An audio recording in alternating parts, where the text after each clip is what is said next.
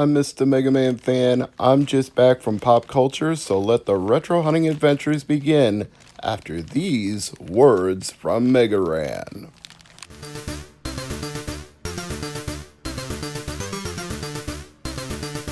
Yo, this is MegaManFan, and you need to rock and or roll on over to Mr. MegaManFan's YouTube channel, because it's all that rush to make it happen. Peace! So, as per the usual standard at pop culture during the pandemic, limit of 8 per store, and unlike Future, mask on, not F it mask off, mask on. And I took advantage of them being open to pick up a Wii U game that I did not have in my collection. I was also planning to get Mario Tennis, but Candy and Tom took a look at the disc before they sold it to me, and they decided it was not in a very good state. It had some deep scratches in it, which unfortunately with Wii U games, you cannot resurface out because you just can't resurface a Blu-ray. So, I'll have to get Mario Tennis Ultra Smash another day, but I did pick up Just Dance 2015, and this is the only game in this week's episode I won't be demoing because of the amount of copyrighted music that is contained within this game. But it is complete, including the card with how to download content, so I'm pretty happy with this set. Just Dance games aren't super important, but it does fill another hole in my Wii U collection on my goal to a complete set. That's not all I picked up at Pop Culture, though. Let me shake it out of the bag. Shake it off. And what do we have here? Why, it's Cool Spot for Game Boy. I honestly couldn't believe that I didn't already have this game, and for only $7, I felt like it was a worthy substitute for Mario Tennis. I'm like, yeah, you know what? I like Cool Spot. I like it on several different platforms, so let's give the Game Boy game a whirl. And speaking of Game Boy games and giving them a whirl, I also had the good fortune for a package to arrive today. So, I'm going to grab the handy dandy scissors, and we're going to dig into it and find lots and lots of bubble wrap. A plethora. Well, that's good news for me because that means the contents were well protected in shipping. And if I can ever unroll it all, I will reveal it to you. We have Mario Party Advance for Game Boy Advance. As I believe it was recently profiled by Ant Dude, I felt like that was a good coincidence. If not, I think maybe Scott the Woz did the Mario Party mobile games. One of the two of them did. And I had already had my eye on this game, and the seller took my best offer for it, so I got it for less than what the full retail price would be. Let's just pop it in the Game Boy Advance that I got from the Retro Swap Box and take a look to see how it is. Make sure it's a tested and working game. And that definitely appears to be the case. The Nintendo logo is always a good sign, as is the Hudson Bee. And there we have it. The star telling you it's a Mario Party game. Woohoo! Alright, we can move on. Game Boy action on the Game Boy Advance. We're going to take a look at Cool Spot. Copyright 1994, Virgin Entertainment. All rights reserved. Patent pending. 7-Up is a trademark of 7-Up. 7-Up is made in the United States by 7-Up. This, however, was manufactured in Japan, I'm sure. Cool Spot. A fun platforming game that came out on so many platforms, I'm not sure I could list them all.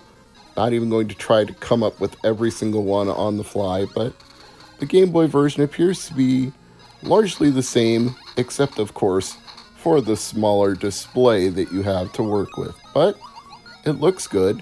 Even with the limited color palette, it still seems right because it's got a green background and a red spot, so they picked the right combination of colors to make this one work.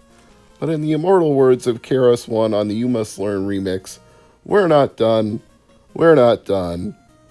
Fire Emblem, Path of Radiance. I did not get this at Pop Culture. I got this from a friend, and he gave me a good deal on it. So that's Definitely all I'm going to say about that. But it was one of the GameCube games I need to complete my collection, and it is a very, very nice copy. In his own words, I'll let you put the first scratch in it.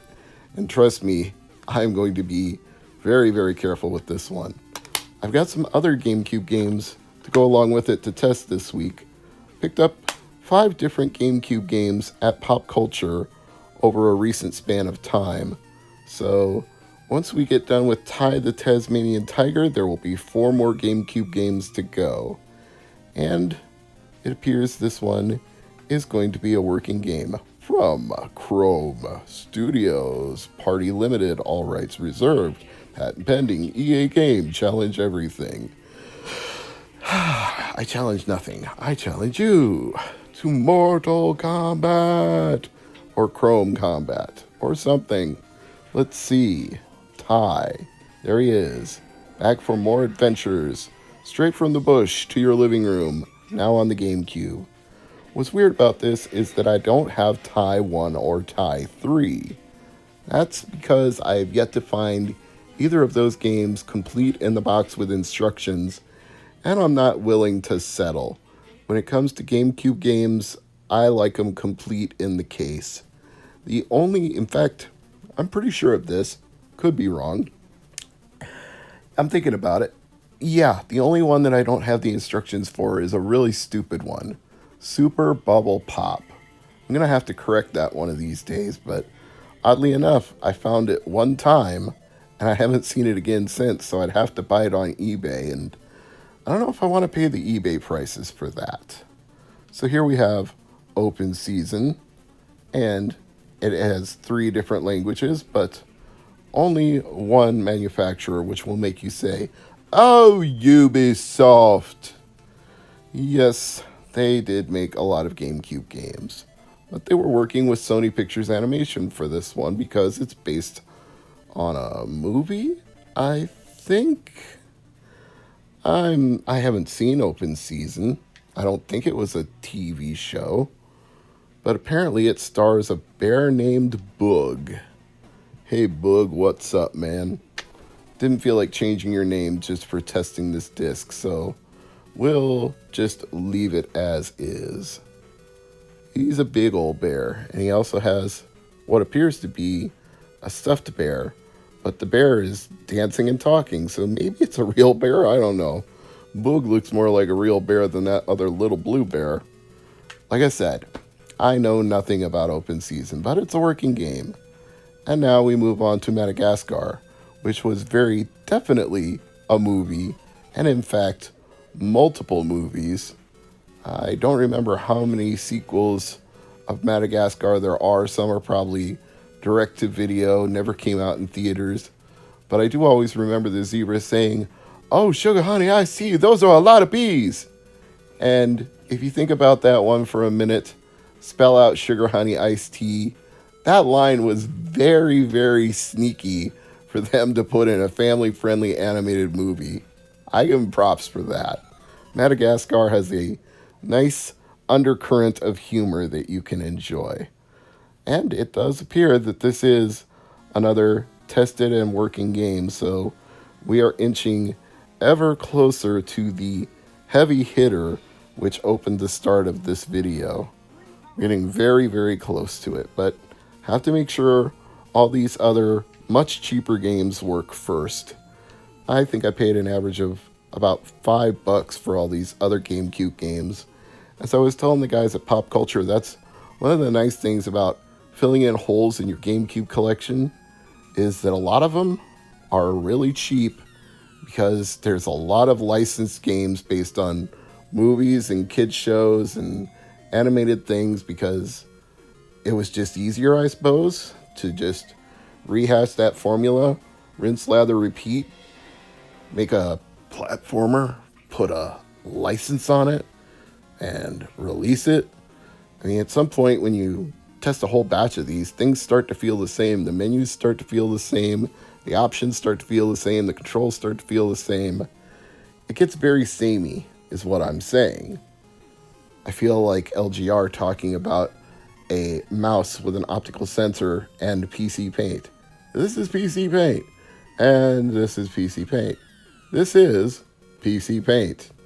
You get into that kind of rhythm with certain GameCube games with a 3D animation platforming puzzle quest type game where you have to solve your way from one area to the next and collect objects a la Banjo-Kazooie or Banjo-Tooie or any of those type of games. It all becomes a formula. Not necessarily a bad formula, just a formula. So, we move on to Haunted Mansion, a Disney movie. TDK, Mediactive, all rights reserved. Published by TDK, Mediactive, and not Ubisoft, with Bink Video and Dolby Surround Sound. When I think of TDK, I actually think of VHS videotapes. I used to buy TDK tapes and BASF tapes and 3M tapes. There were all kinds of different brand VHS videotapes that were blanks that you could get in packs of like 3 for $5 or sometimes 10 for 10 if you found a really good sale somewhere. But man, I went through a lot of blank videotapes back in the day trying to tape all my favorite shows. And now it's time for the main event of the evening. And you know what? This one's so good, I'm just going to shut up and let it speak for itself.